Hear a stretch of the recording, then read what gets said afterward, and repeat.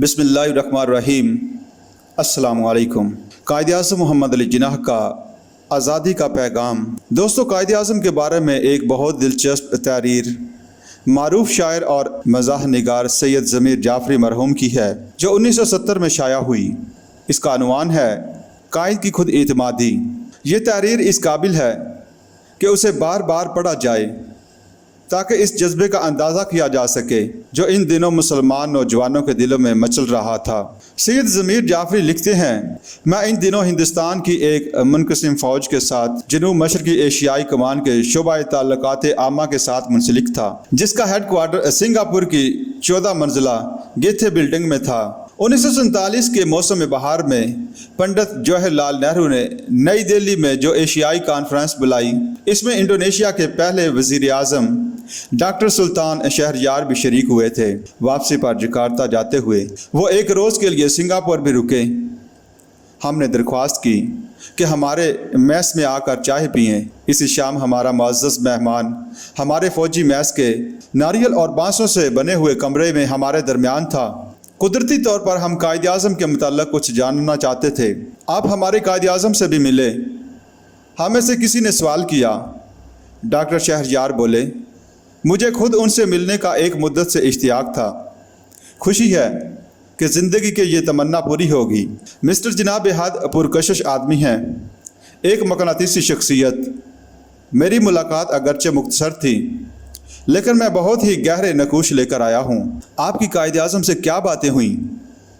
उन्होंने मेरी हर बात को शफ़क़त और वाबस्तगी की गहरे एहसास के साथ सुना। मिस्टर जिन्नाह की जिस बात ने मुझे सबसे ज़्यादा मुतासर किया वो उनकी खुद इत्मादी और साफ गोई है।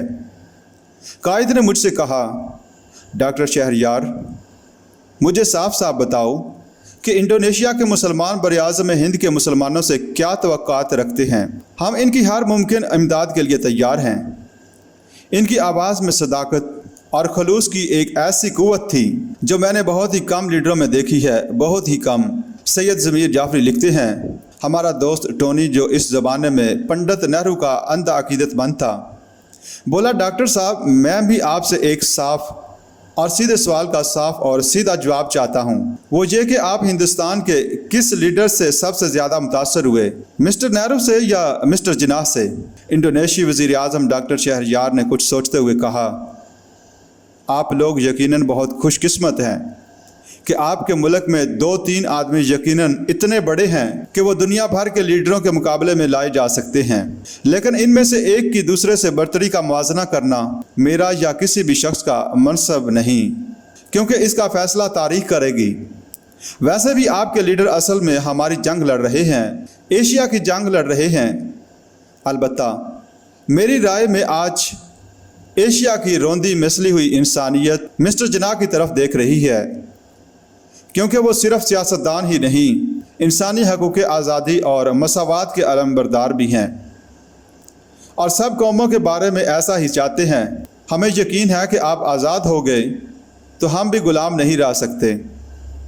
फिर डॉक्टर शहरयार ने अपने कागजात के थैले में से सुर्ख रंग की एक ऑटोग्राफ बुक निकाल कर इसके एक वर्क पर उंगली रखते हुए कहा, ये देखिए आपके कायद-ए-आज़म के दस्तखत, ये मैंने इसी मुलाकात में हासिल किए थे। सैयद ज़मीर जाफ़री लिखते हैं, वाकई ऑटोग्राफ के सफ़ेद वर्क पर हमें कायद-ए-आज़म के मानूस व महबूब दस्तखत सब्त नज़र आए। दस्तखत के ऊपर बहरूफ अंग्रेज़ी ये अल्फाज तहरीर थे, live and let live. Quaid-e-Azam के दस्तखत के नीचे किसी अंग्रेज़ी नज़म के 2 बंद थे और फिर मिसेस सरोजनी नायडू के दस्तखत थे। वतन से हज़ारों मील दूर परदेश में बैठे हुए कायद-ए-आज़म के मुबारक हाथ की तहरीर देखते ही जोश व हरारत से हम जज्बाती हो गए और आदाब व क़वाइद और फ़र्क़ मरातब की तमाम हदूद तोड़ ताड़ कर सारे मुसलमान नौजवान यकबारगी ऑटोग्राफ बुक पर टूट पड़े, जैसे अचानक कोई आसमानी नेमत हमारे सामने आ गई हो। इंडोनेशियाई वज़ीर आज़म डॉक्टर सुल्तान शहरयार इस मंज़र से बहुत मुतासर हुए और तासर में डूबी हुई तकरीबन गुलगीर आवाज़ में बैठे हुए कौम परस्त लीडर वातू जाफ़र बिन आउन से कहने लगे, मिस्टर जिन्नाह वाकई बहुत बड़ी क़ुव्वत हैं। और उनके पास बैठे हुए मलाया के governor general mister Malcolm McDonald ने कहा, आज पता चला मिस्टर जिन्नाह की क़ुव्वत और तमकीनत का राज क्या है। इनकी पुश्त पर पूरी कौम है। اور خاص طور پر یہ نوجوان جو ان کے دیوانے ہو رہے ہیں